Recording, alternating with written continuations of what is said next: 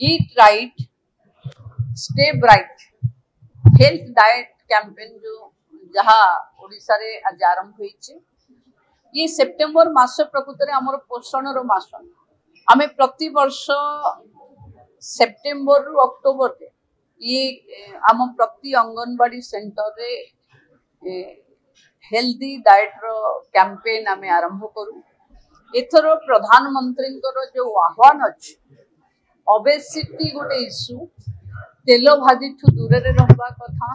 निज food habit रे व्यायाम को इंक्लूड करवा कथा एवं समस्ते फिट रहिबा पई जो लोकल फॉर भोकल माने स्वदेशी खाद्य को अपनेबा कथा एवं शोष हेले कोल्ड ड्रिंक्स नुहे पानी पियंतु ये जो आह्वान अच्छे माननीय प्रधानमंत्री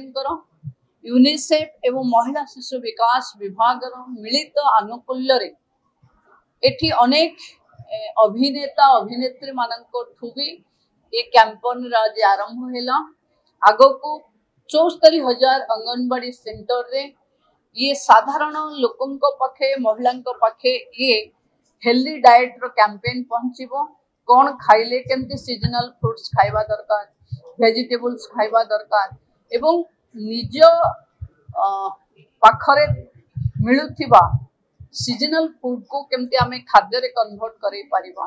एवं ये गोटे भलो कैंपेन जो थिरे जो समय रे मन शरीर आकु ठीक रखिबा पई समस्त चिंताशील अच्छे सही समय रे हेल्दी डाइट रो कैंपेन रो शुभारंभ निश्चित भावे महिला पाखे एवं नुआ युव पीढ़ी पाखे